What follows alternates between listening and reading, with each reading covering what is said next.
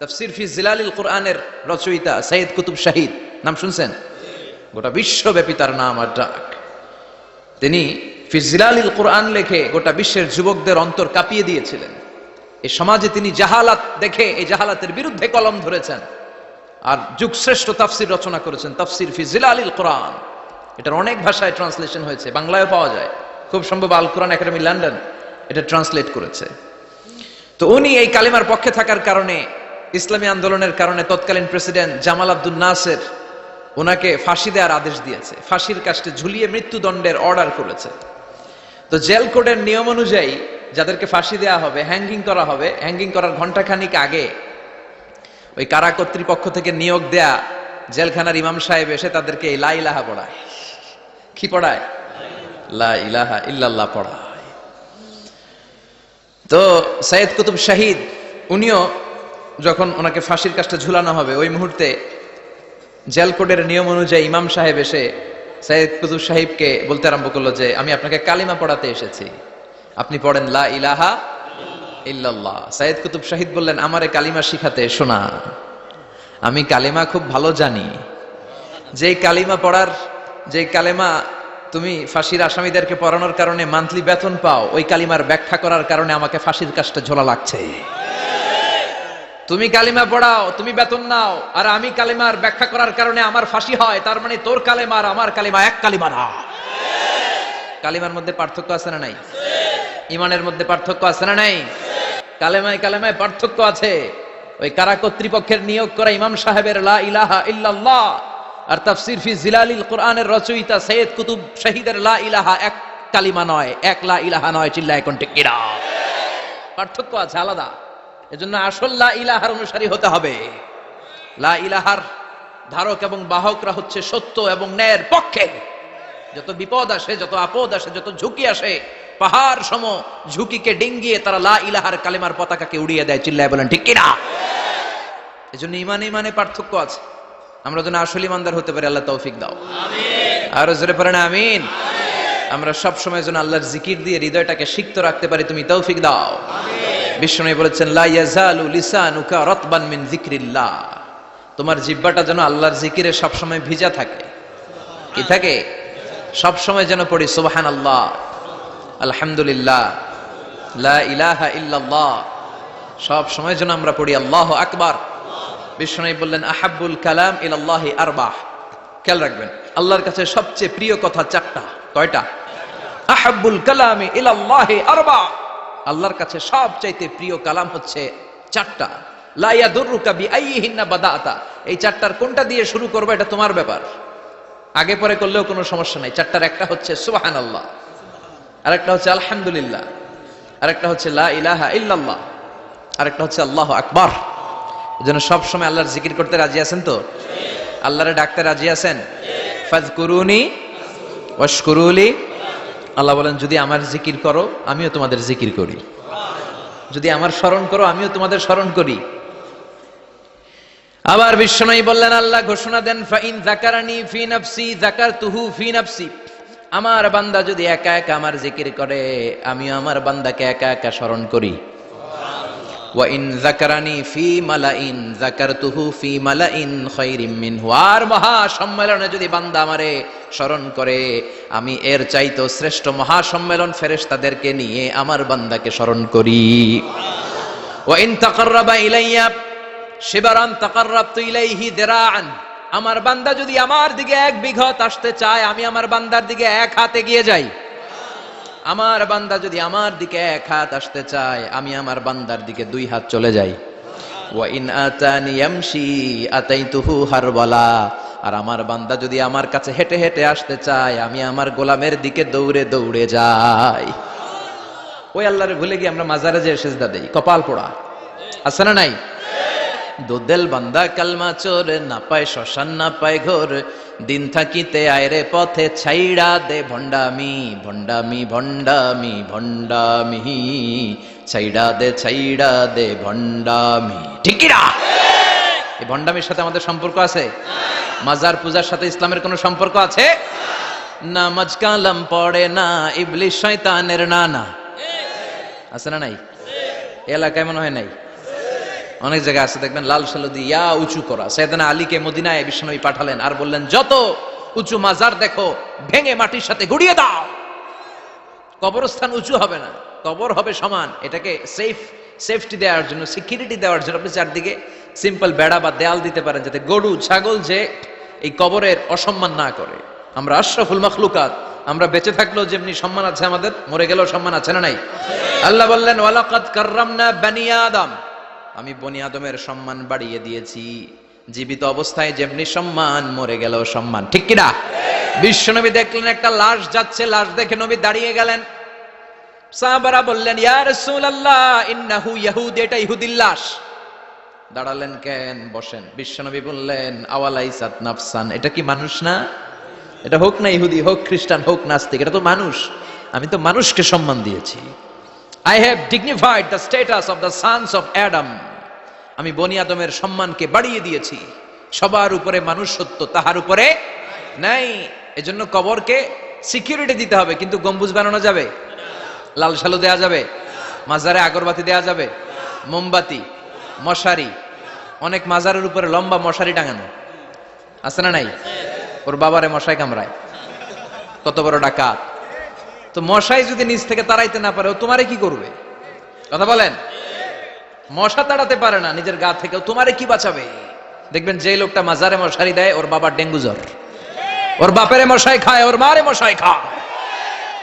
গোটা বিশ্বের সবগুলো আল্লাহর ওলি যদি একটা গ্লাসের পানিতে ফু দেয়, আর আপনার মা যদি আপনার মাথার মধ্যে হাত বুলিয়ে দেয়, আপনার মা যদি আপনার বুকে একটা ফু দিয়ে দেয়, সব পীর সাহেব একদিকে, মায়ের দোয়া আরেকদিকে। মায়ের দোয়া মুহূর্তে আল্লাহর আরশে পৌঁছে যাবে। এজন্য বিশ্বনবী বলতেন, সালাসু দাওয়াতিন মুস্তাজাবা, তিনটা দোয়া আল্লাহ কবুল ফিরিয়ে দেন না।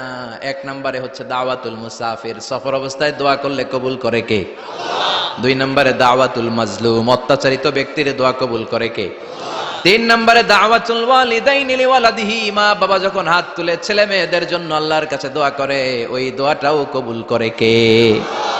মাজারে মশারি দিবেন? লাল সালু দিবেন? আগরবাতি, মোমবাতি, কোন মানত?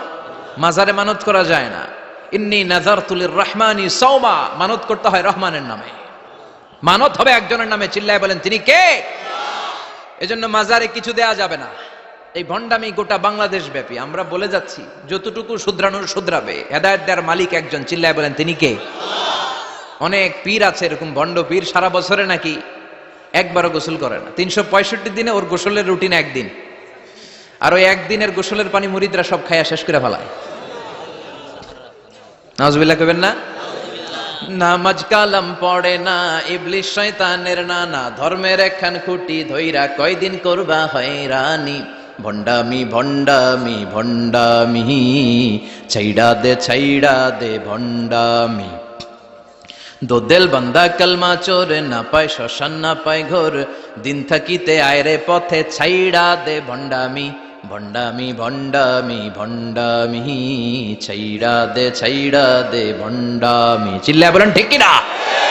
এগুলোর সাথে আমাদের কোনো সম্পর্ক নাই। ইসলাম হচ্ছে সহজ। আদ-দীনু ইউসরুন লা উসরা ফি, আদ-দীনু ইউসর, দিন সহজ। এত জনের কাছে যাওয়া লাগবে না, আপনি ওই জেলায় যে ওই মাজারে মানত করা লাগবে না, আপনার সিলেটে যাওয়া লাগবে না, আপনার খানজানালির কাছে যাওয়া লাগবে না, আপনার কোথাও যাওয়া লাগবে না। আপনি বাড়ির পাশের মসজিদে পড়ে সেজদা দেন, মুহূর্তে দোয়া কবুল করে নিবে কে? রব্বুল আলামিন বলে, গোলাম আমারে ডাকস না কেন? তোর ডাকে সাড়া দেওয়ার জন্য আমি 24 আওয়ার্স রেডি। দুনিয়ার বুকে কোনো বিষয় নিয়ে যদি আমরা বারবার যাই, দুনিয়াতে লোকজন রেগে যায়, ঠিক কিনা? আমি ওনার কাছে গেলাম, ভাই আজকে একটা বিপদে পড়ছি, 500 টাকা দেন, দিয়ে দিল।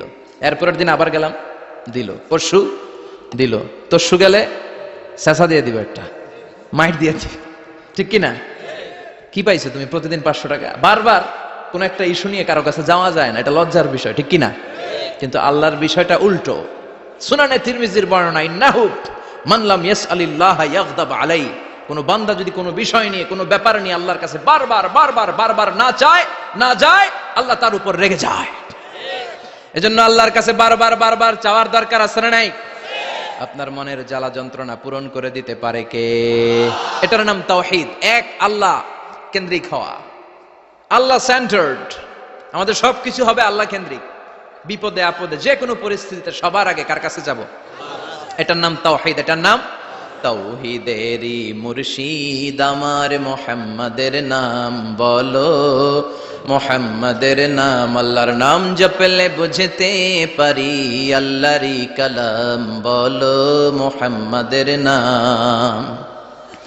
ওই নামেরই রশি ধরে যায় আল্লাহর পথে, ওই নামেরই ভেলায় চড়ে ভাসি নূরের স্রোতে, ওই নামের বাতি জেলে দেখি আরশের মুকাম বলো, মুহাম্মাদের নাম। সবাই পড়েন, তাওহীদেরই মুর্শিদ আমার মুহাম্মাদের নাম বলো, মুহাম্মাদের নাম। আল্লাহর নাম জপলে বুঝতে পারি আল্লাহরই কালাম বলো, মুহাম্মাদের নাম। চিল্লায় পড়েন আমিন। সব সময় বিপদে আপদে কার কাছে যাবেন? আপনার বিপদ দূর করতে পারে কে? আপনারে অসুস্থ থেকে সুস্থ বানায় দিতে পারে কে? মনের জ্বালা যন্ত্রণা মিটাতে পারে কে? আল্লাহ ছাড়া কেউ পারবে? কোন মুফাসসিরে কোরআন আপনারে বাঁচাতে পারবে? কোন আল্লাহর ওলি বাঁচাতে পারবে? এমনকি আল্লাহর কোন পয়গাম্বার কোন নবী আপনার কিচ্ছু করতে পারে? করতে পারে একজন, তিনি কে? আমরা যেন সব সময় সে আল্লাহর জিকির করি। আল্লাহ তুমি তৌফিক দাও। আরো জোরে পড়েন আমিন। বড়ইয়া কৃষ্ণপুর আল ইসলাহ যুব সমাজের উদ্যোগে আজকের প্রোগ্রামের প্রধান অতিথি জনাব মোহাম্মদ ইমাম হোসেন সরকার, চেয়ারম্যান ১ নং সুহিলপুর ইউনিয়ন আসছিলেন, তাই না? সালাম দিয়ে গেছে। ওয়ালাইকুম আসসালাম। আলাইকা ওয়া আলাইহিস সালাম। আমার আগে কথা বলেছেন আল্লামা শাইখুল ইসলাম শাইখ, চমৎকার কথা বলেছেন। আমি শুনছিলাম যে সৈয়দনা ইব্রাহিম আলাইহিস সালাম অনেক ইন্টেলেক্ট খাটিয়ে, এটাকে বলে রেশনাল অ্যানালজি খাটিয়ে উনি finally he got his Lord, তিনি আল্লাহকে পেয়েছেন, তাই না? এই ওয়াজ করছে না? তিনি চাঁদ দেখে ভাবলেন এত সুন্দর চাঁদ, এটাই মনে হয় আমার রব।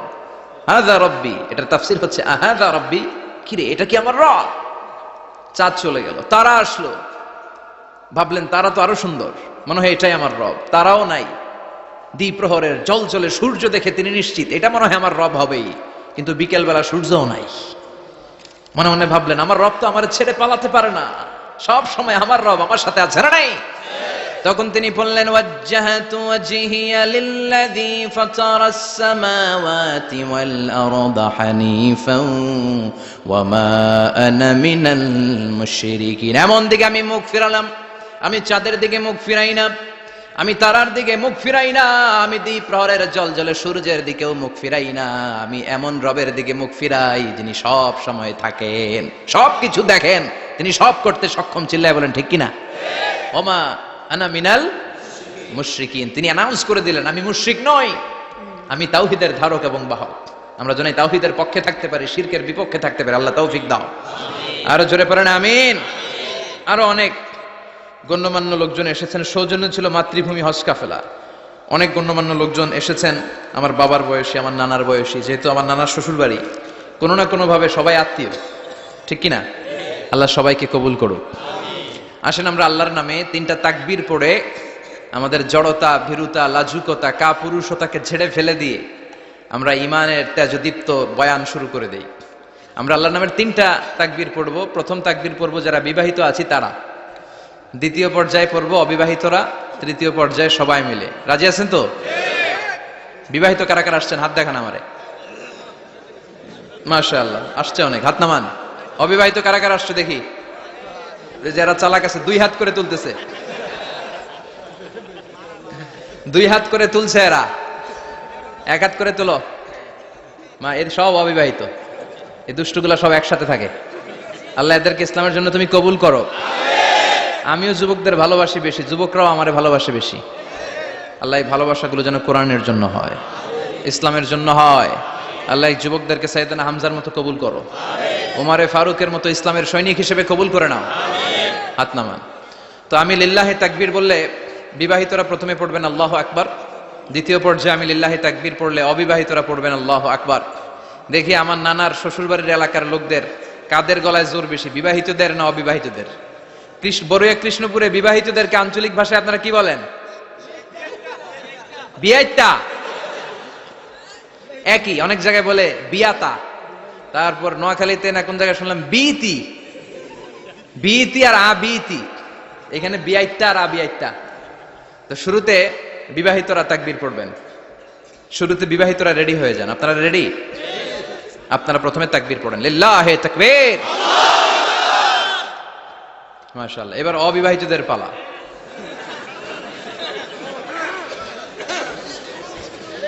অবিবাহিতরা রেডি? ওরা কাশি দিয়ে গলা ঠিক করে নিতেছে, মাশাআল্লাহ। এবার অবিবাহিতদের পালা, পড়ো তাকবীর, লিল্লাহি তাকবীর, মাশাআল্লাহ মাশাআল্লাহ। আপনারাও দিছেন? মুরব্বী কাছে আমরাও দিছি, ঠিক আছে। এবার সবাই মিলে তিনটা তাকবীর পড়ে, লিল্লাহি তাকবীর, লিল্লাহি তাকবীর, লিল্লাহি তাকবীর। আল্লাহ আমাদের স্লোগানগুলো কবুল করো, তোমার এই নামের তাকবীর যেন আমরা সব সময় দিতে পারি। এই তাকবীর কিন্তু আল্লাহর কাছে খুব পছন্দনীয়। আমি একটু আগে বলছিলাম না যে আহাব্বুল কালামি ইলাল্লাহি আরবা, আল্লাহর কাছে সবচেয়ে প্রিয় বাক্য চারটা, এর মধ্যে একটা হচ্ছে আল্লাহু আকবার। চারটার একটা কি? সব সময় এই তাকবীরের সাথে থাকবেন তো? যারা এই তাকবীর পড়ে তাদের সাথে থাকবেন সবাই। আল্লাহ তৌফিক দাও। আমি আমার খুতবার শুরুতে সূরাতুত তাকাসুরের প্রথম 2 আয়াত তেলাওয়াত করেছি। এই সূরার মধ্য দিয়ে আল্লাহ তাআলা কি মেসেজ আসলে আমাদেরকে দিতে চাইলেন আমি আপনাদের সাথে অল্প কিছু সময় শেয়ার করব ইনশাআল্লাহ। পড়ে এই সূরার মূল মেসেজ হচ্ছে আমরা এই পৃথিবীতে থাকতে আসি নাই, চলে যাব আমরা। কেউ আমরা থাকতে পারবো? We have to go back to you Lord, we have to go back to our Lord। আমাদেরকে আমাদের রবের কাছে ফিরে যেতে হবে। নাকি আজীবন থাকবেন? কথা বলেন।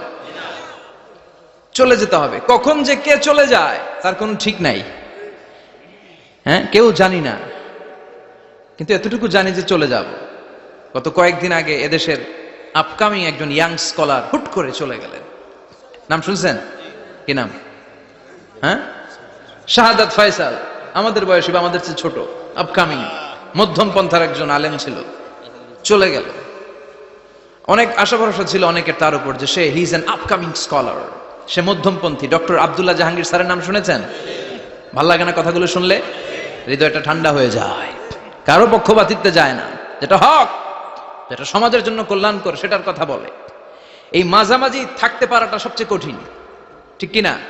আল্লাহ বলেছেন ওয়াকাযালিকা জাআলনাকুম উম্মাতান ওয়াসাতান লিতাকুনু শুহাদা আলান নাস। তোমাদেরকে হতে হবে উম্মাতান ওয়াসাতান, মধ্যমপন্থী উম্মাত, মাঝামাঝি থাকতে হবে। কিন্তু আমরা এদেশে মার্জিনালাইজ করে ফেলি, বুঝতে পেরেছেন? এক প্রান্তে চলে যাই। যারা চরমনায়ের মুরিদ অন্যদেরকে আর দেখা যাবে না, যারা সরসিনার মুরিদ এরাই সব, অন্যদিকে যাওয়া যাবে না। যারা জামাত ইসলাম অন্যদিকে আর যাওয়া যাবে না। যারা হেফাজতে ইসলাম অন্য কারোর মধ্যে আর হক নাই। যারা আহলে হাদিস এরা তো সব নিয়েই গেছে, সব হক সুন্নাহ এদের কাছে, কারো মুখের কোনো কথা এদের কাছে কোনো দাম নাই। আপনি যত হকের কথা বলেন এদের দলেই নাকি ঢুকতে হবে। তো আমার এই দেশে সুন্নি ভাইরা গালি দেয় আহলে হাদিস বলে, আবার আহলে হাদিসরা আমার গালি দেয় সুন্নি বলে, বুঝতে পেরেছেন? মাঝামাঝি থাকাটা এই বাংলাদেশে খুব কঠিন, কিন্তু আপনাকে মাঝামাঝি থাকতে হবে। আপনাকে ওয়াসাতিয়ার পদ্ধতিতে আসতে হবে, উম্মাতান ওয়াসাতা, মাঝামাঝি। মাঝামাঝি ডানেও না বায়েও না, সিরাতুল মুস্তাকিমে ডান বাম নাই, এটা সোজা। এই রাস্তা একবার যদি উঠে যান এই রাস্তা শেষ হয়ে যাবে জান্নাতুল ফেরদাউসের ভিতরে। চিল্লায় বলেন ঠিক কিনা? এজন্য আমরা যেন মিডল পাথ ধরি, আমরা যেন কট্টর না হই, আমরা যেন মাঝামাঝি হই। আপনি তাবলিগ করতে পারেন, করেন, খুব ভালো। তাবলিগের ভাইদের একটা ভালো গুণ হচ্ছে নিজের খেয়ে নিজের পরে ইসলামের দাওয়াত দেয়, ঠিক কিনা? নিজের টাকা ভেঙে দাওয়াত দিচ্ছে, তো তাদের কারণে অনেকে কালিমা শিখছে, অনেকে নামাজ শিখছে, তাদেরও কন্ট্রিবিউশন আছে না নাই? তো যারা তাবলিগ করেন আপনি মনে করবেন না যে সব হক সব সত্য, শুধু আপনি হকের ডিলার এটা মনে করবেন না। সব সত্য হক এটা আপনার বাবার দাদার সম্পত্তি এটা মনে করবেন না। সব দলের মধ্যে হক থাকতে পারে, বরং সব দলের ভালো ভালো জিনিসগুলো নিয়ে নিজেকে সাজানো দরকার। কথা বলেন। জামাত ইসলামের মতো, হেফাজতে ইসলামের মতো আন্দোলনের স্পিরিট থাকতে হবে, চিল্লা এখন ঠিক কিনা? আমার সুন্নি ভাইদের মতো নবীর প্রেম অন্তরে থাকতে হবে, চিল্লা এখন ঠিক কিনা? তাবলিগের ভাইদের মতো হৃদয়ে ইখলাস থাকতে হবে। এই সবগুলোর সমন্বয় হচ্ছে ইসলাম, সবগুলোর সমন্বয় ইসলাম। এজন্য কখনো মনে করবেন না যে আমি একদল করি তার মানে অন্য সব দল মনে হয় বাতিল, ওগুলো মনে হয় মুসলমান না, ওগুলো আমার চোখেই ধরে না, এটা ঠিক না। এটা ইহুদিদের স্বভাব। ইহুদিরা শুধুমাত্র হকের ডিলার মনে করতো নিজেদেরকে, ইহুদি ছাড়া বাকি কাউরে ওরা চোখে দেখতে পারতো না। এজন্য আমরা কি কট্টরপন্থী হব না মধ্যমপন্থী? চিল্লায় বলেন কট্টরপন্থী না মধ্যমপন্থী? আল্লাহ আমারে যতদিন বাঁচিয়ে রাখে আমি মধ্যম পন্থার কথা বলেই যাব, up to my death. It's my mission, it's my vision. এটাই আমার লক্ষ্য, যে মধ্যম পন্থার ইসলামকে প্রমোট করা, যেটা বিশ্বনবীর ইসলাম, যেটা মদিনার ইসলাম, যেটার মধ্যে বাড়াবাড়ি নাই, ছাড়াছাড়ি নাই, ঠিক কিনা? আল্লাহ তুমি আমাদেরকে বুঝার তৌফিক দান করো। সূরার নাম হচ্ছে সূরাতুত তাকাসুর। চিল্লায় বলেন কি নাম? এই সূরার সেন্ট্রাল সাবজেক্ট ম্যাটার হচ্ছে we have to go back to our Lord. আমাদেরকে ফিরে যেতে হবে আমাদের রবের কাছে। আমরা কেউ আজীবন থাকতে আসি নাই। থাকতে পারবো আজীবন? দাদা চলে গেল, বাবা চলে গেল, মা চলে গেল, মামা চলে গেল, খালু চলে গেল, এরপর আমাদের টনক নড়ে না, তাই না? পাগল পড়া হয়ে আছে এই পৃথিবীর জন্য। মরতে যে হবে এটা ভাববার সময়টুকু আমাদের নেই। আমরা ব্যস্ত আমাদের ক্যারিয়ার নিয়ে, আমাদের লাইফ নিয়ে, আমাদের সমাজ নিয়ে, আমাদের ফ্যামিলি নিয়ে, আমাদের সন্তান আর সম্পদ নিয়ে আমরা super busy. We are leading a very super busy life. We don't have even a single time to think about death. মৃত্যু নিয়ে ভাবার একটা মুহূর্ত আমাদের নাই। কিন্তু পৃথিবীর সবচাইতে সুনিশ্চিত বিষয় হচ্ছে মৃত্যু, ঠিক কিনা? The most certain thing in our life is death. আমাদের জীবনের সবচাইতে সুনিশ্চিত বিষয় হচ্ছে মরণ, মরবই আমরা। And the most uncertain thing in our life is the time of death. আর আমাদের জীবনের সবচেয়ে অনিশ্চিত বিষয় হচ্ছে মৃত্যুর সময়। আমরা জানি না মরবো, যে এটা জানি, জানেন না? কিন্তু কখন মরবো এটা জানি? এই সূরাটা আপনারে এই জিনিসটা জানান দিতে এসেছে যে দুনিয়ার সম্পদ, লোভ, লালসা এগুলো নিয়ে পড়ে থেকো না। এই যে আমাদের ফ্যামিলি, আমাদের বাচ্চা কাচ্চা, আমাদের এত টাকা পয়সার হিসেব, মাস শেষে বাড়ি ভাড়া, গ্যাসের বিল, এটা সেটা, আপনি কি মনে করছেন যে আপনি চলে গেলে এগুলো থেমে থাকবে?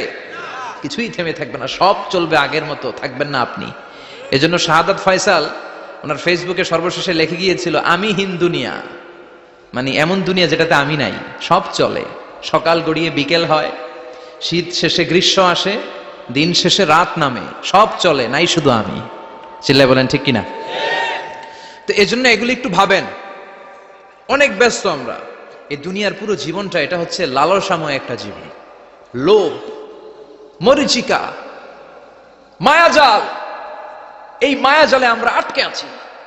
ফলে মৃত্যুর কথা আমরা ভুলে গিয়েছি। পাগলের মতো ছুটছি, আরো টাকা লাগবে, আরো খ্যাতি লাগবে, আরো যশ লাগবে, আরো দাপট লাগবে আমার। এত টাকা দিয়ে কি হবে? এত সম্পদ দিয়ে কি হবে? এত ব্যস্ততা দিয়ে কি হবে তোমার?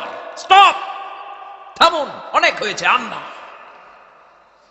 থামুন, take a rest, take a breath and think about death. Think that you have to go back to your Lord. একটু বসেন না, একটু ভাবেন যে আমাকে চলে যেতে হবে, চলে যেতে হবে। এই কোলাহল, এই ব্যস্ততা এগুলো থাকবে, থাকবো না আমি। সাইয়েদনা ওমর ফারুক বলেছেন, মুতু ক্বাবলা আন তামুতু, মরার আগে একবার মরো। হাসিবু ক্বাবলা আন তুহাসাবু আলাইকুম, তোমার হিসাব নেওয়ার আগে তুমি একবার নিজের হিসাবটা করো না।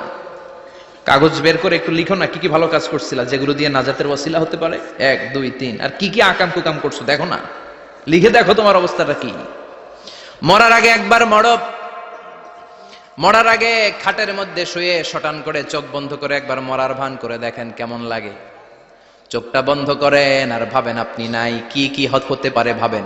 আপনার ছেলে মেয়েরা কান্না জুড়ে দিবে, আপনার প্রাণের স্ত্রী বিলাপ শুরু করে দিবে, বন্ধু বান্ধবের চিৎকার আর মাতম, স্থানীয় এলাকার মসজিদে ঘোষণা, অমুক এলাকার নিবাসী অমুক ভাই অমুকের ছেলে অমুক দুনিয়ায় নাই। সব আত্মীয়রা চলে আসবে, ফেসবুকে স্ট্যাটাস দেয়া হবে, সবাই সবাইকে জানাবে বিকাল 4টায় অমুক হাই স্কুল ময়দানে আপনার জানাজা। ছুটে আসবে, সবাই ছুটে আসবে আপনাকে শেষ বিদায় দিতে, গুড বাই জানানোর জন্য, আল ওয়াদা, বিদায় জানাতে আসবে সবাই। 4 তাকবীর দিয়ে আপনার জানাজা হবে, অশ্রুসিক্ত জানাজায় আপনার বিদায় হবে। কাঠের খাটিয়ার মধ্যে করে কাঁধে তুলে আপনার কবরে নেওয়া হবে। আগে থেকে খুঁড়ে রাখা কবরটার মধ্যে আপনারে বিছিয়ে দেয়া হবে। বাঁশের কচি দিয়ে তার উপরে মাটির চাপা দিয়ে সব চলে যাবে। ভাবেন না একবার চোখ বন্ধ করে, this is the circle of life, this is the nature of life. এটা সবার হবে, আমার হবে, আপনার হবে। এত মায়া, এত ভালোবাসা কই যাবে? কেউ থাকবে না, সবাই আপনার অন্ধকার কবরে রেখে দিয়ে চলে আসবে। উপরে বাঁশের কঞ্চি, তার উপরে মাটির চাপা, অন্ধকার আর অন্ধকার। এই অন্ধকার যেন শেষ হতে চায় না, শুধুই অন্ধকার, ঠিক কিনা? এজন্য আমাদের চলে যেতে হবে। দাদা গেল, চাচা গেল, মামা গেল, আমাদেরকেও যেতে হবে, জোরে কোন ঠিক কিনা? একদিন মাটির ভেতরে হবে ঘর রে মন আমার, কেন বান্ধ দালান ঘর, প্রাণ পাখি উড়ে যাবে পিঞ্জর ছেড়ে। ধরা ধামে সবই রবে, তুমি যাবে চলে। বন্ধু বান্ধব যত, মাতা পিতা দ্বারা সুত, সবই হবে তোমার পরে। মন আমার কেন বান্ধ দালান ঘর, একদিন মাটির ভেতরে হবে ঘর রে। মন আমার কেন বান্ধ দালান ঘর, ঠিক কিনা? সব পরে থাকবে, চলে যেতে হবে আমাদেরকে। এজন্য আখিরাতের কথা যেন আমাদের স্মরণ হয়। বিশ্বনবী বলতেন, নাহাই তুকুমান জিয়ারাতিল কবুর, আমি তোমাদেরকে কবর জিয়ারত করতে আগে নিষেধ করতাম, কিন্তু এখন নিষেধাজ্ঞা প্রত্যাহার করে নিলাম। এখন সব সময় তোমরা কবরের সামনে যাবা আর জিয়ারত করবা। কবরস্থানে জানতো বড়ুয়া কৃষ্ণপুরের এই গ্রামের কবরস্থান আছে কোন দিকে?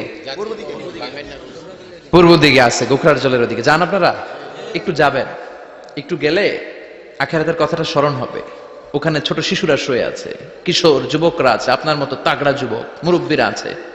এরা এই এলাকায় থাকতো, এরা আকাশ থেকে নেমে আসে না, এই এলাকার সন্তান আজ নাই। একটা সার্টেন পিরিয়ড শেষে আপনিও থাকবেন না। This is the nature of life, this is the circle of life. ছোট্ট শিশু হয়ে এসেছিলেন, শৈশব, কৈশোর, যৌবন, প্রৌঢ়ত্ব।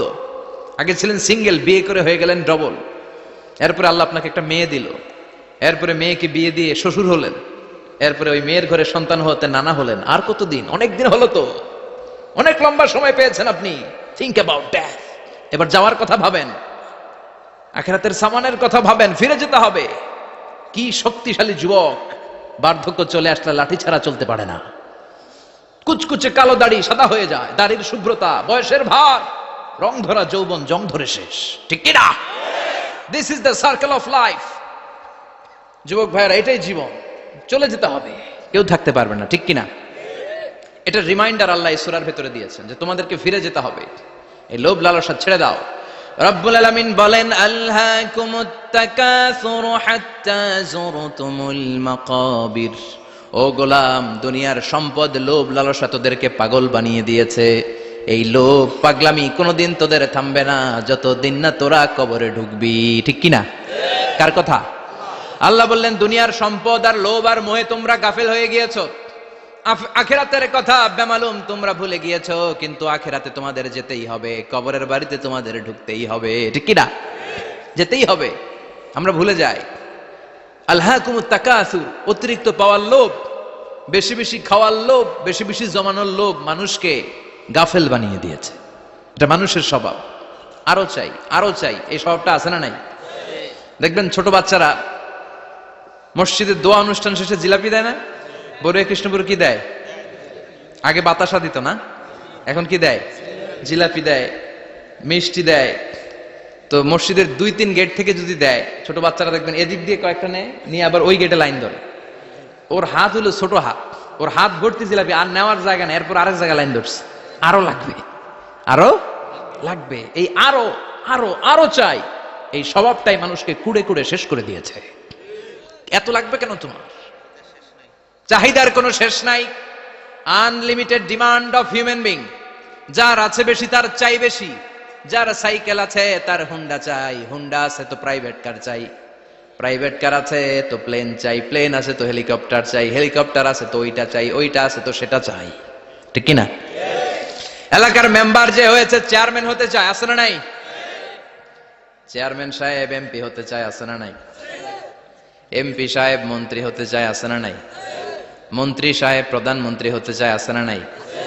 কিন্তু এই দেশে সুযোগ নাই। কথা কন, এই দেশে প্রধানমন্ত্রী সিলেক্টেড। 2-3 জনের বাইরে কেউ প্রধানমন্ত্রী হইতে পারবি না, ঠিক কিনা? আমার এই জীবনে তো আমি 2-3 জনই দেখলাম। বেগম খালেদা জিয়া, মাননীয় প্রধানমন্ত্রী শেখ হাসিনার ছোট্টবেলা দেখেছি এরশাদকে, আমরা তখন ছোট। তো মানুষের চাহিদার কোনো শেষ নাই, যার আছে বেশি তার চাই বেশি। এজন্য বিষ্ণু বলেছেন, উনজুরু ইলা মান হুয়া আসফালা মিন, তোমার চেয়ে যে খারাপ আছে ওর দিকে তাকাও। ওয়ালা তানজুর মান হুয়া আ'লা মিন, তোমার চেয়ে যে ভালো আছে ওর দিকে তাকায়ও না, তোমার চেয়ে যে খারাপ অবস্থানে আছে ওর দিকে তাকাও। অনেকে নিজের অবস্থান নিয়ে সুখী না, এরকম আছে না নাই? আল্লাহ আমার এটা দিল না রে, ওইটা দিল না রে, পাইলাম না রে, কিচ্ছু হয় না, কি করব জীবনে, হতাশ। আসলে আছে কিন্তু অনেক, কিন্তু শুকরিয়া নাই, ডাকাত, ঠিক কি না? নিজের অবস্থান নিয়ে সুখী না, কিন্তু অনেক লোক আছে তারা আপনার অবস্থানে পৌঁছতে চায়। তাদের দিকে তাকিয়ে দেখেন, আপনি যে অবস্থানে আছেন এই অবস্থানে পৌঁছাটা অনেকের কাছে স্বপ্ন। তারা প্রতিনিয়ত সংগ্রাম আর স্ট্রাগল করে যাচ্ছে আপনার অবস্থানে পৌঁছতে, আর আপনি এটা নিয়ে সন্তুষ্ট না। শেখ সাদির নাম শুনেছেন? বালাগাল উলা কাশাফাত দুজা, এই কবিতাটার রচয়িতা ইরানের বিখ্যাত এক কবি। উনি একবার আর্থিক সমস্যার মধ্যে দিয়ে সময় কাটাচ্ছেন, টাকা নাই, পয়সা নাই, পায়ে দেওয়ার মতো জুতা নাই। উনি খুব দুঃখ পেলেন, হায় রে, আমি ইরানের এত বড় কবি, আমার পায়ে দেওয়ার মতো জুতা নাই। দুঃখ ভরা মন নিয়ে রাস্তায় হাঁটতে বেরোলেন। হাঁটতে হাঁটতে হঠাৎ দেখলেন একটা লোক শুয়ে শুয়ে কাঁদছে, ওই লোকটার দুইটা পাই নাই, পাই নাই। উনি সেজদায় পড়ে গেলেন, আল্লাহর কাছে ক্ষমা চাইলেন, আল্লাহ অনেক দিয়েছো, শুকর আলহামদুলিল্লাহ। এজন্য যেই পরিস্থিতিতেই থাকি না কেন আমরা কি পড়বো? জোরে বলেন, কি পড়বো? এজন্য আল কানাতু মিনাল ইসলাম, অল্পে তুষ্ট থাকার নাম হলো ইসলাম। সম্পদ লাগবে কিন্তু সম্পদের পাহাড় লাগবে না, ঠিক কি না? অল্প খান, অল্প পড়েন, অল্প জামান, অল্পের ভেতরে বরকত ঢুকায়া দিছে কে? দেখবেন যাদের সম্পদ অল্প তারা সুখী বেশি। জরিপে এটা দেখা গিয়েছে, অনেক সার্ভেতে এটা এসেছে, যারা সম্পদশালী এরা দুঃখী বেশি, এদের দুঃখ বেশি, টেনশন বেশি। খুব স্বাভাবিক, টাকা যার বেশি রোগ তার বেশি, টাকা যার বেশি টেনশন তার বেশি, টাকা যার বেশি ঘরে শান্তি তার কম। আছে না নাই? ঘরের ভেতরে অশান্তি, ছেলে কথা শোনে না, ছেলে টানে গাঞ্জা, মেয়ে করে পরকিয়া, আছে না নাই? স্ত্রী কথা শোনে না, ভালোবাসা নাই, ঘরটা জাহান্নামের টুকরা।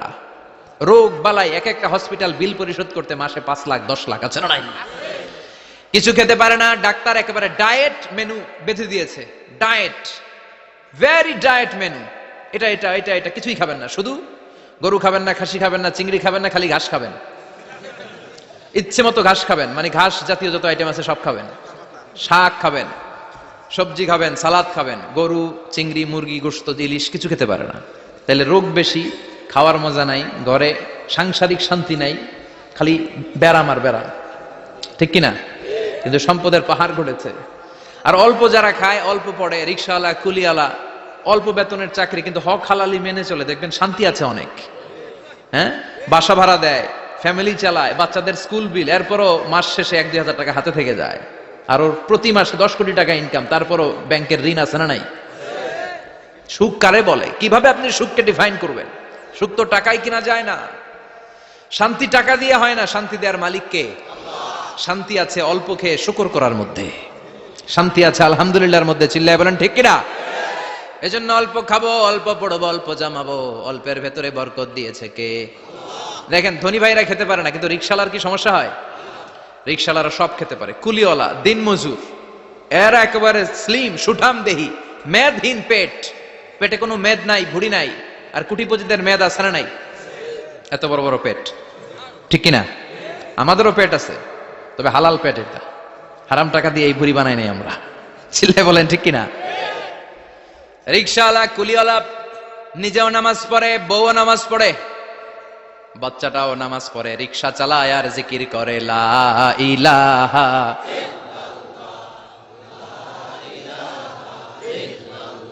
লা ইলাহা ইল্লাল্লাহু মুহাম্মাদুর রাসূলুল্লাহ সাল্লাল্লাহু। সুখ আর শান্তি, তাদের ঘরে সুখ। ধনী কোটিপতি, ভিআইপি, সিআইপিস, এদের রাতে ঘুম নাই, 1 ঘন্টা ঘুমানোর জন্য 4টা ট্যাবলেট খাওয়া লাগে, এরকম আছে না নাই? কিন্তু ঘুমের জন্য যে ট্যাবলেট খাওয়া লাগে রিকশাওয়ালা এটা জানেই না। ওর যেখানে রাইত ওইখানেই, ওর মাথা বিছনায় লাগতে দেরি, ওর ঘুম আসতে দেরি হয়, ওর ঘুমে নাকের ডাকের আওয়াজে ট্রাকের ইঞ্জিনও ফেল। সুবহানাল্লাহ পড়েন।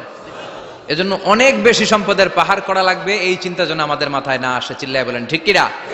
এজন্য রাব্বুল আলামিন বলেন আলহাকুমুত তাকাসুরু হাত্তা যুরতুমুল মাকাবির, বেশি বেশি সম্পদ উপার্জনের আকাঙ্ক্ষা তোমাদেরকে আখিরাত থেকে গাফেল বানিয়েছে। এই গাফলতি কশিন কালেও তোমাদের কমবে না যতক্ষণ না তোমরা কবরে ঢুকবা। হাত্তা যুরতুমুল মাকাবির, মাকবারাতুনের প্লুরাল মাকাবির, যতক্ষণ না কবরে না ঢুকবা, কবরস্থান তোমার আবাসস্থল না হবে, ততক্ষণ পর্যন্ত এই চাই চাই মানসিকতা কমবে। মানুষের স্বভাব হলো আরো চাই, আরো চাই, আরো চাই করে ফকিরেরা। কারা? আল্লাহ গালি দিয়ে বললেন তোরা সব ফকিরনি, তোরা কি ইয়া আইয়ুহান নাসু আনতুমুল ফুকারাউ ইলাল্লাহ ওয়াল্লাহু হুয়াল গানিয়ুল হামিদ। সুবহানাল্লাহ পড়েন। আল্লাহ ডেকে বললেন, গোলাম আনতুমুল ফুকারা ইলাল্লাহ, তোমরা সবাই ফকির, ধনী হলো একজন, তিনি কে? আল্লাহ শুধু ধনী, আর মানুষের স্বভাব হচ্ছে আরো চাই আরো চাই। ওর 2 তলা বিল্ডিং, আমার 3 তলা লাগবে। ওর 2টা গাড়ি আছে, আমার 3টা লাগবে। আছে না নাই? বিশ্বনবী বললেন, কিয়ামতের আগ দিয়ে মানুষের মধ্যে আকাঙ্ক্ষায় প্রতিযোগিতা বেড়ে যাবে, প্রতিযোগিতামূলক টেন্ডেন্সি। কার চেয়ে কে বড় হতে পারে, কার চেয়ে কে বেশি টাকার পাহাড় বানাতে পারে। আছে না নাই? বিশ্বনবী বললেন, ওয়া আনতারাল হুফাতাল উরাতাল আলাতারিয়া আশাইয়াতা তাওয়ালুনা ফিল বুনিয়ান। কিয়ামতের আগে এমন কিছু লোক যাদের গায়ে দেওয়ার মতো জামা ছিল না, পায়ে দেওয়ার মতো জুতা ছিল না, পেটে দেওয়ার মতো খাবার ছিল না, সমাজের কেউ তাদেরকে চিনত না। হঠাৎ করে এই লোকগুলো ধনী হয়ে যাবে। And they will start to construct, they will compete to construct high rises building in the cities. শহরে গ্রামে এরা বড় বড় বিল্ডিং বানানো শুরু করবে। এই উঁচা উঁচা বিল্ডিং আমাদের সমাজে আছে না নাই? কৃষ্ণপুরে 2 তলা 3 তলা বিল্ডিং আছে নি? আছে। আজ থেকে 20 বছর আগে ছিল? আমি তো 20 বছর আগে যখন আসছি কিছুই ছিল না, খালি পানি আর পানি। আর এখন 2 তলা 3 তলার অভাব নেই। গরিপুর পাশে না আপনাদের? এদিকে গরিপুরে যে বিল্ডিং আছে বাংলাদেশেও নাই, ঠিক কিনা? সারা বাংলাদেশের সবচেয়ে দামি জায়গা হচ্ছে গরিপুর বাজারের জায়গা। জানেন এটা? বসুন্ধরা, গুলশান, বনানী, বাড়িধারা, উত্তরার 3-4 ডবল দাম এই জায়গার, ঠিক কিনা? বিল্ডিং এর পর বিল্ডিং। আমি যখন ঢাকা যাই দেখি গরিপুর আসতেছে, মানে গরিপুরের বিল্ডিং আর শহরগুলো আস্তে আস্তে হাইওয়ের পাশাপাশি চলে আসতেছে। প্রতি বছর আইসা দেখি কিছু আগাইছে, 2-3 বছর পরে এইটা একেবারে হাইওয়ের সাথে চলে আসবে। খেয়াল করছেন? ঢাকা যাওয়ার সময় গরিপুর আগাইতেছে, খালি গরিপুরের বিল্ডিং, গরিপুরের শহর আগাতে আগাতে আগাতে ঢাকা চট্টগ্রাম মহাসড়কের কাছাকাছি চলে আসছে। এই যে বিল্ডিং বানানোর প্রতিযোগিতা, কুমিল্লা শহরে আজ থেকে 20-25 বছর আগে 5 তলা 6 তলা একটা বিল্ডিং ছিল না, এখন 10 তলা 20 তলা। আছে না নাই? ঢাকায় আজ থেকে 20 বছর আগে 10 তলা বিল্ডিং খুঁজে পাইতেন আপনি? নাই। গোটা বিশ্বব্যাপী এখন টাওয়ার বানানোর প্রতিযোগিতা।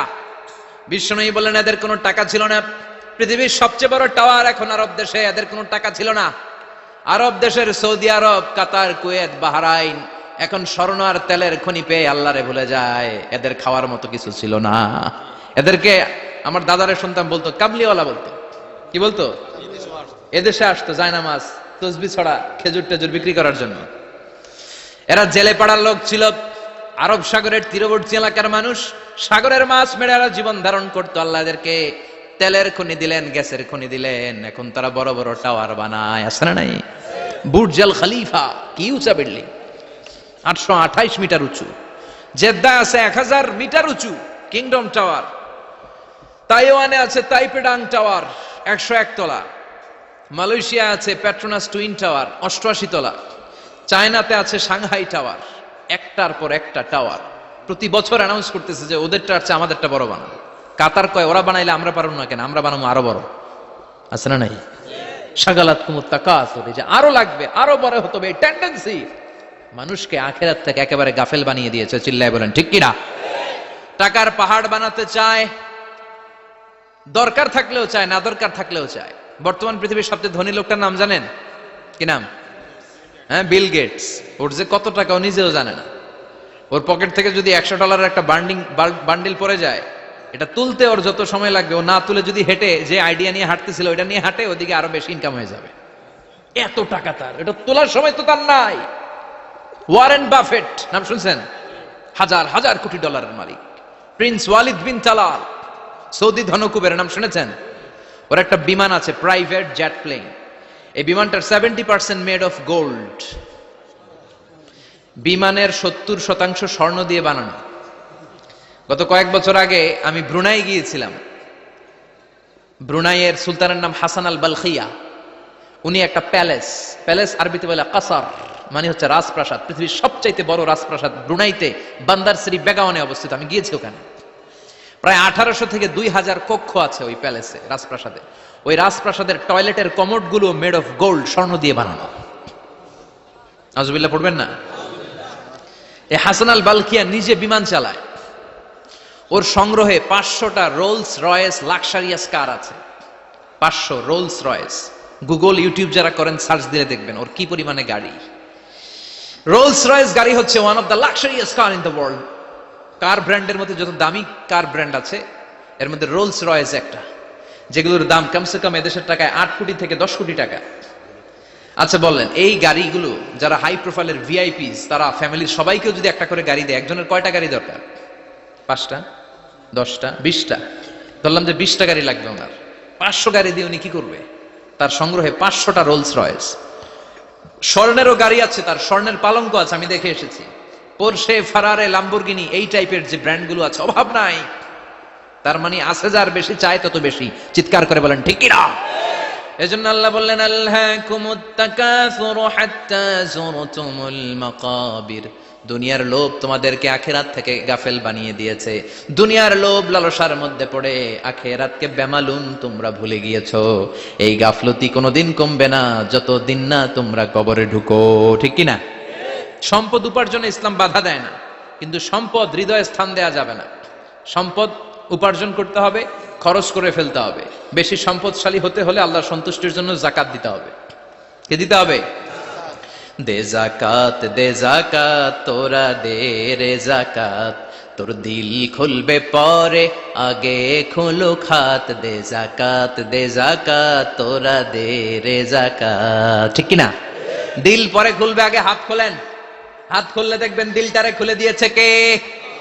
সাইয়েদনা মুসা আলাইহিস সালামের জামানায় ওনার চাচাতো ভাই ছিল মিশরের সবচাইতে বড় ধনী, যাকাত দেয় নাই। তার কি করুণ পরিণতি হয়েছে কোরআনে আছে না নাই? এত সম্পদ ছিল, তার সম্পদগুলো সে সিন্ধুকে আটকে রাখতো। আর এই সিন্ধুকের চাবিগুলো আলগানোর জন্য, কাঁধে নেওয়ার জন্য 10 জন লোক লাগতো। সিন্ধুক কাঁধে নেওয়ার জন্য, সিন্ধুকের চাবির গোছা কাঁধে নেওয়ার জন্য কয়জন? তাহলে কি পরিমাণ সম্পদ ছিল? সাইয়েদনা মুসা বললেন, সম্পদের মালিক তুই হস নাই, আল্লাহ বানাইছে। কারণ বলে ইন্নামা উতিতুহু আলা ইলমিন ইনদি, আল্লাহ আমারে সম্পদ দেয় নাই, আমি আমার মেধা খাটিয়ে সম্পদ বানিয়েছি। যাকাত আমি দিব না।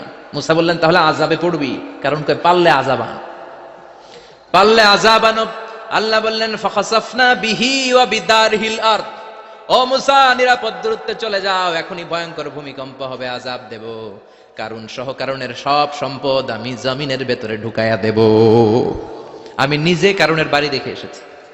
মিশরের রাজধানী কায়রো থেকে প্রায় 150 কিলো দূর একটা জেলা আছে, ফায়ুম জেলা। ওইখানে কারুনকে আল্লাহ তার সব সম্পত্তি সব মাটিতে দাবিয়ে দিয়েছেন।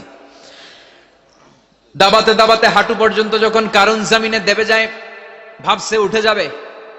কোমর পর্যন্ত যখন মাটির মধ্যে দেবে যায়, ভাবছে উঠতে পারবে। গলা পর্যন্ত যখন দেবে যায়, হাত তুইলা কয় আমি ঈমান আনলাম। ও মুসা, সব সম্পদ তোর আর তোর আল্লাহর লইয়া যা, খালি আমারে বাঁচা, আমারে। সব গাদ্দারদের একই পরিণতি। ফেরাউনরেও যখন আল্লাহ লোহিত সাগরে পানি খাওয়াতে খাওয়াতে পেটটা এত বড়, হাত তুলা কয় আনামিনাল মুসলিমিন, আমি মুসলমান, আমি ভালো মানুষ। আল্লাহর কোরআন সাক্ষী, সে বলেছে আনামিনাল বনি ইসরাইলরা যে আল্লাহরে মানে আমিও তারে মানি, আমিও আল্লাহর দলের একনিষ্ঠ কর্মী। আর পানি খাইতে পারি না, আল্লাহ বাঁচাও। আল্লাহ কয় আরো খা। শেষ, ফেরাউন শেষ, নমরুদ শেষ, কারুন শেষ। পুরো সম্পদ সহ আল্লাহ কারুনকে জামিনের ভেতরে দাবিয়ে দিলেন। এজন্য সম্পদ যাদের বেশি, যাকাত দেওয়ার দরকার আছে না নাই? দারিদ্রতা বিমোচনের জন্য যাকাত দিবেন। যাকাতের শাড়ি লুঙ্গি এইভাবে না, অনেকে কিন্তু দেয় জাকাতের শাড়ি, জাকাতের লুঙ্গি, জাকাতের গামছা, এরকম ডাকাইত আছে না নাই? বাংলাদেশে এমনও হয়েছে জাকাতের শাড়ি দিবে বলে সে পত্রিকায় নিউজ করেছে, আর ওই শাড়ি আনার জন্য শাড়ি দিবে 5,000, মানুষ এসেছে 5 লক্ষ। পদপৃষ্ঠ হয়ে 11 জন নারী এক জায়গায় মারা গিয়েছে। কিয়ামতের দিন আল্লাহ বিচারের কাঠগড়ায় এই বিজনেস ম্যাগনেটকে দাঁড়িয়ে সেদিন জিজ্ঞাসা করবে যে কেন তুই এদেরকে কষ্ট দিয়েছিলি? চিল্লা এখন ঠিক কিনা? এদের মৃত্যুর দায়ভার এই শিল্পপতি এড়াতে পারবে না। যাকাতের শাড়ি, যাকাতের লুঙ্গি বিতরণের জন্য আল্লাহ তোমারে ধনী বানায় নাই। ধনীদের দায়িত্ব হলো গরিবের হাতে সম্পদ পৌঁছে দেয়া। ও ফি আমওয়ালিহিম হাক্কুন লিসাইলি ওয়াল মাহরুম। গরিব আমার কাছ থেকে সম্পদ আর যাকাত নিয়ে সে আমার প্রতি করুণা করেছে। আমি যাকাত দেই বলে আমি কোনো দয়া দেখাই নাই। কথা বুঝতে পেরেছেন? আইডিয়াটা ক্লিয়ার করে নেন। যাকাত দেয়া আমার জন্য কি? কথা বলেন, ফরজ। আর যে যাকাত নেয় তার জন্য যাকাত খাওয়া কি ফরজ? আমি গরিব মানুষ, আমি যাকাত খাবো না, না খাইয়া থাকুন, রোজা রাখুন। কথা কন। আমার যে যাকাত নেওয়া লাগবে এমন কোনো কথা নাই, কিন্তু আমি যে ধনী আমার দিতেই হবে, এটা ফরজ। তার মানে আমি দিয়ে আমি দয়া করি নাই, ও নিয়ে আমারে বাঁচাইয়া দয়া করে গেছে। চিৎকার করে বলো ঠিক কিনা? ইসলাম বলে রাস্তার এক পাশে 5 তলা আর এক পাশে গাছতলা, এটার নাম ইসলাম না। ওফি আমওয়ালিহিম হাক্কুন লিসাইলি ওয়াল মাহরুম, খেটে খাওয়া মানুষ, সুবিধা বঞ্চিত মানুষদের দ্বারে যে তুমি যাকাতের টাকা পৌঁছে দাও। যাকাতকে ফরজ করা হয়েছে দারিদ্রতা বিমোচনের জন্য। আপনি শাড়ি লুঙ্গি দিলে কি হবে? ওরে শাড়ি দিচ্ছেন দুপুরে, রাত্রেবেলা ও আরেক জায়গায় লাইন ধরে আছে, বিরিয়ানির প্যাকেট দিতেছে ওইখানে, কথা কোন, সারাটা বছর ও যাকাতের টাকা নেবে, ওর কিচ্ছু হবে না। বরং এমন কিছু তাকে করে দিতে হবে যেটা দিয়ে সে ফ্যামিলি লিড করতে পারে। একটা সিএনজি কিনে দেন, ওই ফ্যামিলিতে কোনো যুবক থাকলে সিএনজি চালায়া, অটো চালায়া ফ্যামিলিটারে চালাবে। একটা টঙের দোকান করে দেন, চায়ের দোকান, চা বিক্রি করে ফ্যামিলিটারে চালাবে। অস্ট্রেলিয়ান একটা গাই কিনে দেন, গরুর দুধ বিক্রি করে তার ফ্যামিলি চলবে। কিংবা মাছের একটা খামার করে দেন, মুরগির খামার করে দেন, ঠিক কিনা? ওমরে ফারুক বলতেন এমন ভাবে জাকাত দাও যাতে করে যাকে জাকাত দিয়েছে জীবনে কোনোদিন সেজন্য আর কারো কাছে যে হাত পেতে জাকাতের জন্য দাঁড়িয়ে না থাকে। এই বিধানটা কার? এজন্য আল্লাহ বললেন আলহাকুমুত তাকাসুরু হাত্তা যুরতুমুল মাকাবির, দুনিয়ার লোভ লালসা তোমাদের কমবে না যতদিন না তোমরা কবরে ঢুকো। কার কথা? চিল্লায় বলেন কার? এজন্য দুনিয়ার প্রতি যে আমাদের লোভ, এটা কি বাড়াইতে হবে না কমাইতে হবে? এই দুনিয়ার জীবন এটা ক্ষণিকের। আমাল হায়াতুদ দুনিয়া ইল্লা মাতাউল গুরুর, এটা ভোগের সামগ্রী, আজ আছে কাল না, এটা হাতের ময়লা। দুনিয়ার এই জীবনের দৃষ্টান্ত হচ্ছে চারটা স্বর্ণের টুকরা আর তিনটা লাশের মতো। স্বর্ণের টুকরা চারটা, চিৎকার করে বলেন তো কয়টা? লাশ তিনটা, জোরে বলেন কয়টা? অনেক অনেক আগের যুগের তিনজন যুবক জীবিকার তাগিদে তারা বের হয়েছে কর্মসংস্থান করে খাবে। প্রতিমধ্যে তারা গুপ্তধন পেয়েছে, স্বর্ণের বার পেয়েছে, তো বড় বড় চারটা পেয়ে তারা মহা খুশি। আমাদের আর কাজ করা লাগবে না, এগুলো বেচে আজীবন খাবো, সুখে থাকবো। তো তিনজন মিলে বললো চারটা স্বর্ণের টুকরা তিনজনের মধ্যে ভাগ করে দেওয়ার আগে একজন এক কাজ কর, বাজার থেকে কিছু রুটি নিয়ে আয়, খুব ক্ষুধা লেগেছে, খেয়ে নেই। একজন রে রুটি আনতে পাঠিয়ে দুইজন মিলে ভাবে ওইটারে যদি মেরে ফেলতে পারি তাহলে তো তোর আর আমার মধ্যে কোনো ঝামেলা নাই। স্বর্ণের টুকরা কয়টা? তুই নিবি দুইটা, আমি নেব দুইটা। আর যেটারে রুটি আনতে পাঠাইছে ওইটা মনে মনে ভাবতেছে রুটির মধ্যে বিষ মিশাই নিয়ে যাব। কি মিশাবো? বিষ খাইয়া ওইটা শেষ, সবগুলো আমার। তো বিষ মিশাই নিয়ে আসছে, আর আগের পরিকল্পনা অনুযায়ী এই দুইজন মিলে তাকে নৃশংসভাবে হত্যা করেছে। হত্যার পরে কয় প্রচন্ড ক্ষুধা লাগছিল, আগে খায়ালই। দুইজন মিলে বাজার থেকে আনা বিষ মাখানো রুটি খেয়ে ওই দুইটাও শেষ। স্বর্ণের জায়গায় স্বর্ণ পড়ে আছে, স্বর্ণগুলো নেয়ার মতো মানুষ আর নাই, ঠিক কিনা? এজন্য মানুষের এই চাহিদা কমবে না। বিষ্ণু বলেন লাউ আন্না লিকুল্লি ইবনে আদম ওয়াদিয়ান মিন যাহাব আহাব্বা আই ইয়াকুনা ইলাইহি ওয়াদিয়ান, আল্লাহ প্রত্যেককে, আমাদের প্রত্যেককে যদি একটা করে স্বর্ণের পাহাড়ের মালিক বানিয়ে দেয়। কয়টা করে পাহাড় দেখছেন কোনোদিন? কই দেখছেন? চিটাং গেছিলেন? এই চট্টগ্রামে গেলে দেখা যায় কি পাহাড়।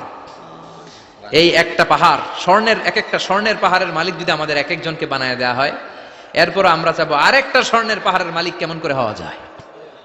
আচ্ছা বলেন তো, একটা স্বর্ণের পাহাড় আমার 14 পুরুষ বিক্রি করে খাইলেও শেষ করতে পারবো এটা? তো আরেকটা কেন লাগবে আমার? ওয়ালাই আমলা আফাহু ইল্লা তুরাব, বিষ্ণু বলেন কবরের মাটি যতক্ষণ না তোর মুখে না ঢুকবে তোর এই চাওয়া চাওয়া খাই খাই সব বন্ধ হবে না। এজন্য আল্লাহ বললেন আলহাকুমুত তাকাসুরু হাত্তা যুরতুমুল মাকাবির, দুনিয়া তোমাদেরকে গাফেল বানিয়ে দিয়েছে, গাফলতি কমবে না যতদিন না কবরে ঢুকো। কবরে ঢুকা লাগবে, কবরে ঢুকা লাগবে না? কবরে আমাদেরকে যেতেই হবে, যেখানেই থাকেন। কবরের প্রশ্ন আছে না নাই? অনেকে বলে হুজুর বিমান হামলায় মারা গিয়েছে, বিমান জ্বলে পুড়ে ছাই হয়ে গিয়েছে, তার কবর কোথায়? তার আত্মাটা যেখানে আছে ওই জায়গায় প্রশ্ন আছে না নাই? অনেকে বলে হুজুর সাগরের মধ্যে পড়ে মারা গিয়েছে, তিমি মাছ খেয়ে ফেলেছে, তার কোনো অস্তিত্ব নাই, কিন্তু তার রুহুটা আছে না নাই? প্রতিটা রুহু সংরক্ষণ করে কে? প্রত্যেকটা আত্মা আল্লাহর কাছে সংরক্ষিত থাকে। প্রতিটা রুহু, প্রতিটা মানুষ মালাকুল মাউতকে দেখতে পায়। আপনিও দেখবেন, আমিও দেখব। মুমিনদের কাছে এসে মালাকুল মাউত একজন যুবকের বেশে সাদা ধবধবে জুব্বা পরে সুগন্ধি মেখে মুমূর্ষ ব্যক্তির শিয়রে বসে বসে বলে ইয়া আইয়াতুহান নাফসুল মুতমাইন্না, হে প্রশান্ত আত্মা, উখরুজি ইলা মাগফিরাতিল্লাহি ওয়া রিদওয়ানি, আল্লাহর ক্ষমা আর দয়ার দিকে বের হয়ে আসো। বলা মাত্রই মুমিনের আত্মাটা স্মুথলি বের হয়ে আসে। কাফান মিন আকফানিল জান্নাহ, হানুত মিন হানুতিল জান্নাহ, জান্নাত থেকে আনা সুগন্ধি কাফনের মধ্যে পেঁচিয়ে তিনি রূহটাকে নিয়ে ইল্লিনে চলে যায়। সরাসরি দেখে মালাকুল মাউতকে। আর যারা ইসলাম বিরোধী, কোরআন বিরোধী, তাদের সামনে এসে মালাকুল মাউত ত্রাস সৃষ্টি করে। আগে ধমক। হাইওয়েতে মাঝে মাঝে ডাকাতি হয় না? বাসগুলোর মধ্যে যখন ডাকাতি হয়, বাসে থাকে 50 জন, ডাকাত ঢুকে 5 জন, এই 5 জনের ভয়ে সবগুলো পেশাব করে দেয়, কারণ ত্রাস সৃষ্টি করে। এসেই চাইনিজ কুড়াল দিয়ে আগে কুবায় দেয় 4-5 জনের, রক্ত দেখে কি দেওয়ার সব আগে রেডি করে রাখে। মালাকুল মাউত এসে কাফের নাস্তিক মুশরিকদের সামনে সেরকম একটা ত্রাস সৃষ্টি করে, ভয়ে লোকটা কাঁপতে থাকে। ওর কাছে ভদ্র ভাষায় কথা বলে না, সুন্দর জামা পরে আসে না, কালো কুচকুচে চেহারা, ভয়ঙ্কর একটা রূপ নিয়ে, আকৃতি নিয়ে ইসলাম বিরোধীদের মাথার সামনে আসে, দুর্গন্ধযুক্ত চেহারার দেহ নিয়ে ধমক দিয়ে বলে, ও পাপাত্তা, ইয়া আইয়াতুহান নাফসুল খাবিসা উখরুজি ইলা গাদাবিল্লাহ, হে পাপাত্তা, আল্লাহর রাগ, ক্রোধ আর গজবের দিকে বের হয়ে আয়। মুমিনের আত্মা বলার সাথে সাথে যেমনি মুমিনের দেহ থেকে বের হয়ে জান্নাতি কাফনের ভেতরে ঢুকে, কাফেরদের আত্মাও কি এরকম তাড়াতাড়ি বেরোতে চায় নাকি? কাফেরদের আত্মা বেরোতে চায় না, ডানে দৌড়, বায়ে দৌড়, সামনে দৌড়, পেছনে দৌড়, আহা দৌড়াদৌড়ি করে। মালাকুল মাউত এটাকে টেনে হিচড়ে, একটা জীবিত ছাগলকে জবেহ না করে, জবাই না করে, তার চামড়া উল্টার দিকে টেনে হিচড়ে বের করলে ছাগলটা যত কষ্ট পায়, এর চেয়ে কমসে কম 70 গুণ বেশি কষ্ট দিয়ে কাফের মুশরিক আর গাদ্দারদের রূহ কবজ করা হয়। আল্লাহ এই পরিস্থিতি থেকে তুমি আমাদের বাঁচাও। মুমিনদের রূহ যেমনি কবজ হয়, ওইভাবে রূহ কবজের ব্যবস্থা করে দিও। ইমানের মৃত্যু নসিব করে দিও, শাহিদি মৃত্যু নসিব করে দিও। আমাকে শহীদ করে সেই মিছিলে শামিল করে নিও, যে মিছিলের নেতা মীর হামজা খোবায়েবে খাব্বাব, আল্লাহর কাছে ছিল অতি প্রিয়, শামিল করে নিও। আমাকে শহীদ করে সেই মিছিলে শামিল করে নিও। পড়েন আমিন, আরো জোরে পড়েন আমিন।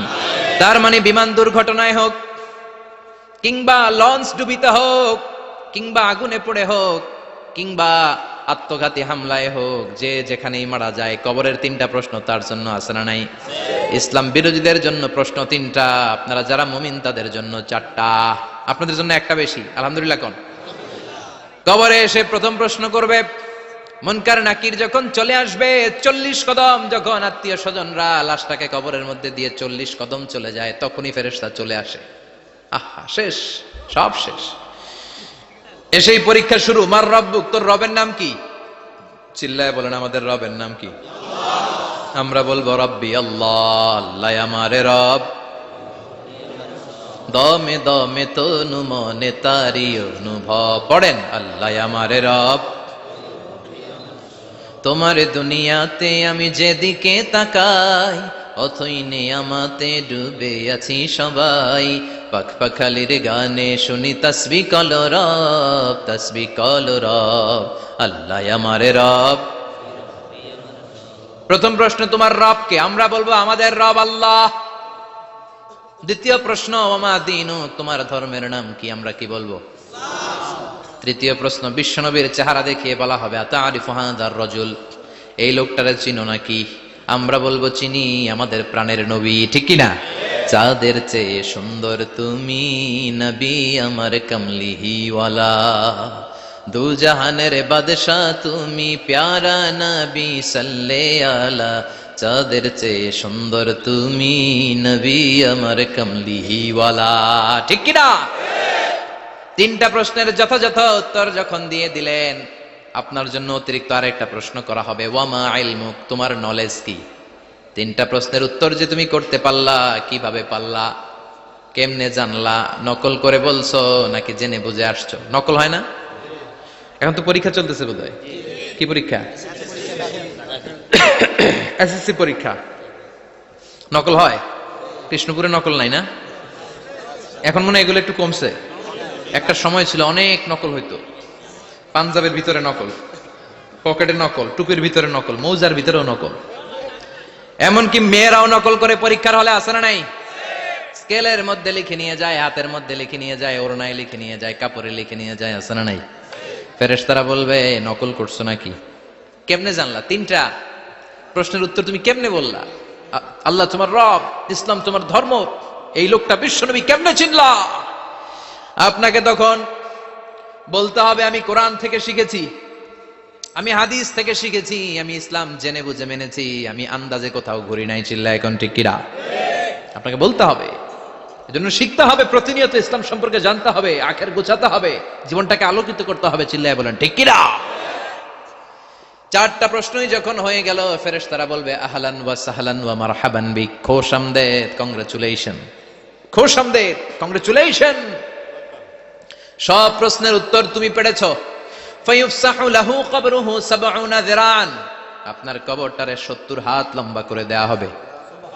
ওয়া ইফতাহু লাহু বাবুন ইলাল জান্নাহ, আপনার কবর থেকে জান্নাতের দিকে দরজা খুলে দেয়া হবে। ওয়া ইউলবাসু মিন লিবাসি আহলিল জান্নাহ, জান্নাতের দুইটা রেশমি কাপড়ের পোশাক এনে আপনারে পরিয়ে দেয়া হবে। আর বলা হবে নাম কানাউ মিলা আরুস, ঘুমাও, sleep, you should get some sleep now, তোমাকে লম্বা সময় পাড়ে দিতে হবে, ঘুমাও। কানাউ মিলা আরুস, যেমনি বর বাসর রাতে আরামসে ঘুম দেয়, বাসর রাতে যেমনি বর কনেকে নিয়ে মধুর ঘুম দেয়, তুমিও ঘুমাও, কেউ তোমার ঘুম ভাঙবে না। মালাক ইসরাফিলের কিয়ামতের জন্য ইসরাফিলের সিংহায় যে ফুৎকার আছে, ওই ফুৎকার ছাড়া কোনো কিছুই তোমার ঘুম ভাঙাতে পারবে না। আলহামদুলিল্লাহ পড়েন। আল্লাহ আমরাও যেন চারটা প্রশ্নের উত্তর দিয়ে লম্বা একটা ঘুম দিতে পারি, পড়েন আমিন। ওয়া আম্মাল কাফির ওয়া আহলুশ শিমাল, আর ইসলাম বিরোধী যারা, তাদের সামনে আসবে মালাকান আসওয়াদান আজরাকান, কৃষ্ণ বর্ণের দেহ, নীলাভ বর্ণের দুটো চোখ, গায়ের রং কালো, চোখের রং নীল। দেখতে কেমন লাগে? আলিফ লাইলার ভূতের মতো, কথা কন। গায়ের রং কালো, চোখের রং নীল। ফেরেশতা দুইটা আসবে, এসে ত্রাস সৃষ্টি করবে, এসে বলবে বল তোর রবের নাম কি? মার রব্বুক। ইসলাম বিরোধী মুশরিক কাফের নাস্তিক এরা বলবে আমি জানি না আমার রবকে,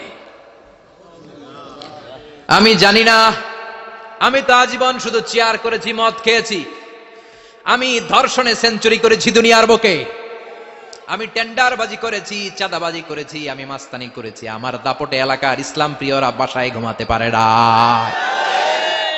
আমি ছিলাম টেন্ডারবাজ, আমি ছিলাম গডফাদার, সন্ত্রাসীদের লিডার, আমি ছিলাম ডন 1 2 3 সব, আমি ছিলাম ডনের ডন,